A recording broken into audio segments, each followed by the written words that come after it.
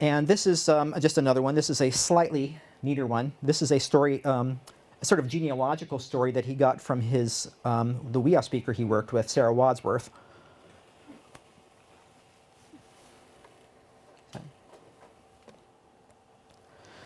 And Jacob Dunn, who probably a lot of you have heard of, he did a lot of work in both Indiana and Oklahoma with a bunch of different speakers, and he was the main person who worked with Gabriel Godfrey from Indiana, and he got some very good stories from him. And this is a typical example of what one of his stories from Godfrey looked like.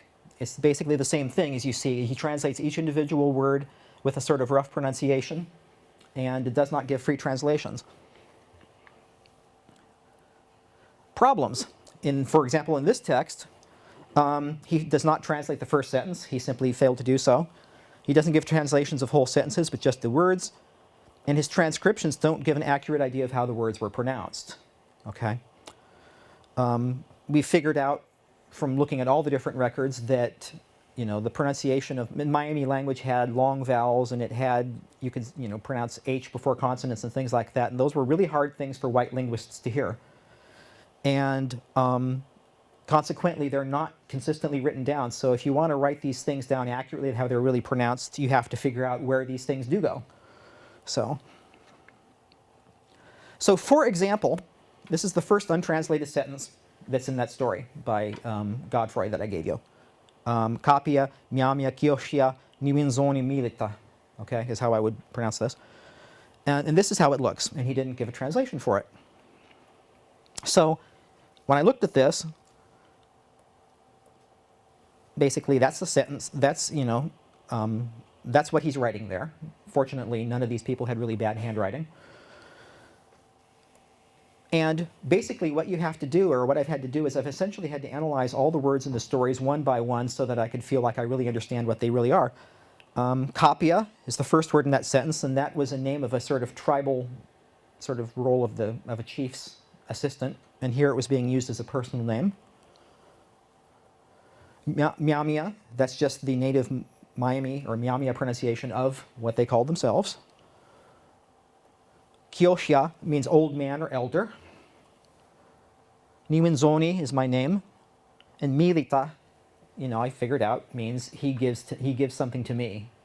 So this is how I would take a first pass at this, right? So you can see there's the sentence and there's the word-by-word translation of it.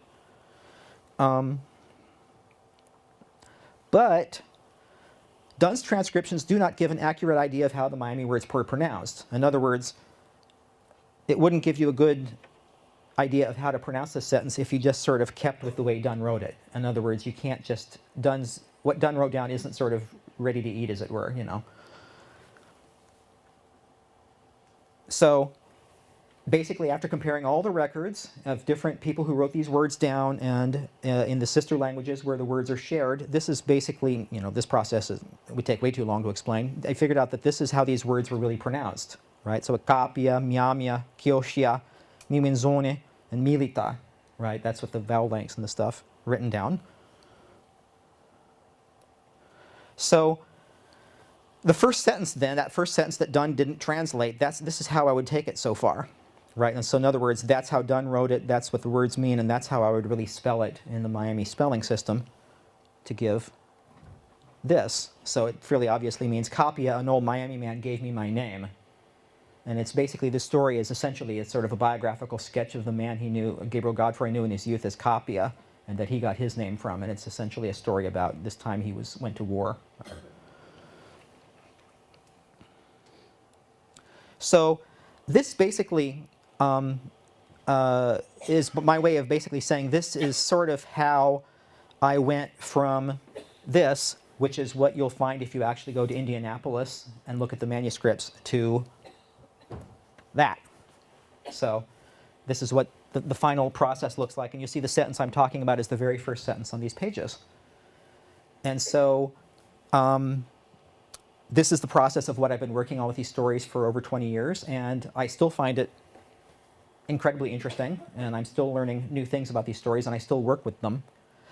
And in case you were wondering where on earth these stories comes from or what on earth I do as part of this, I hope this was gives you a better idea. And I think that is the last slide. Yes, it is. So that's all I really had to say. And if anybody has any questions, I would love to hear it.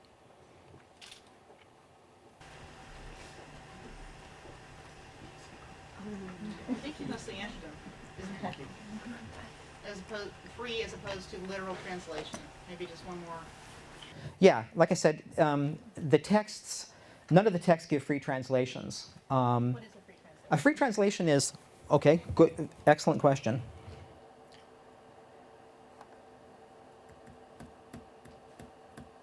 Okay, this is an example. This is how all the texts are translated. They basically, what he did was he would ask the speaker he was working with, okay, tell me a story in Peoria or in Myaamia or in Wea. And all of the linguists did this. And they would basically tell the story and leave little lines blank space blank between the lines. And so then he would go back one by one and they'd say, okay, what does Mahwewa mean? What does Pembalichi mean? What does Chikahwe mean? And to translate each word one by one. And so that's a sort of word for word translation, right? However, this is not a free translation because it doesn't tell you what whole sentences mean. It doesn't put the words into an English order. For example,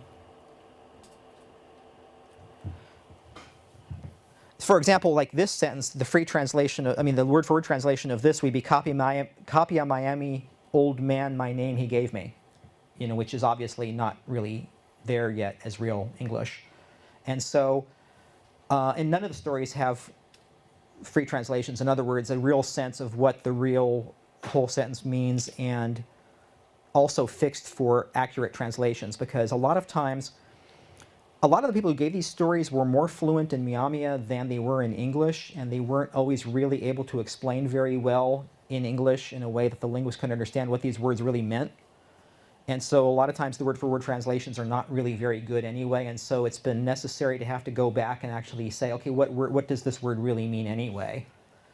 Sometimes certain sentences are totally just plain mistranslated. And so that's been, I guess that's kind of the gist of what the work is, and what the work has had to be for, is basically to figure out what the correct pronunciation is and what the actual sentences really mean. What the real translations are, and for that you have to analyze all the words basically. So, yeah. One of the observations of my childhood is that a lot of our elders really had a tough time with pronouns. Take care of him, or she's going, but it was actually he. Is that consistent with what you have found? Well, that's because the pronoun system, how people use pronouns in English versus how they use it in Myaamia or Peoria is really different. First of all, there was no difference between, as some of you may know, between he and she and him and her in Myaamia and Peoria. Basically, it was all merged into one concept of where they would not distinguish for gender. Okay, and another is, so if you're not used to that, if you haven't grown up using, keeping a male-female difference in all of your speech, it's going to be hard if you learn English as an adult, right? Another big difference was that Myaamia and Peoria just don't use the pronouns all that much anyway. English uses, if there's not an actual subject or something in a sentence, English uses these little words all the time. In Myaamia, there's endings on verbs, like in Latin or Spanish, to do that. And they don't have to use the pronouns very much anyway. They only use them when they're emphasizing. You say, I gave it to him, then you would use the pronoun. Or I did it.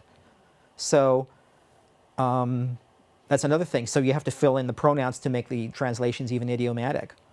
I sure got tired of being called him when I